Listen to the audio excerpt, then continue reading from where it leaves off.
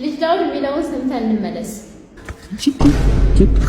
ሴዱ አየሽዋ ውበቱ አንቺ እንዴት ነው ደስ የሚል ልጅ ዳውድ እኔ ላይ ጌም ሰርታ አስቀርመን ቀጣይ ማለት ነው። ቀጣይ ካንተ ጋር ነው። እሺ እንዳንተ አይነቱ 10 ይዘህ መምጣት ትችላለህ።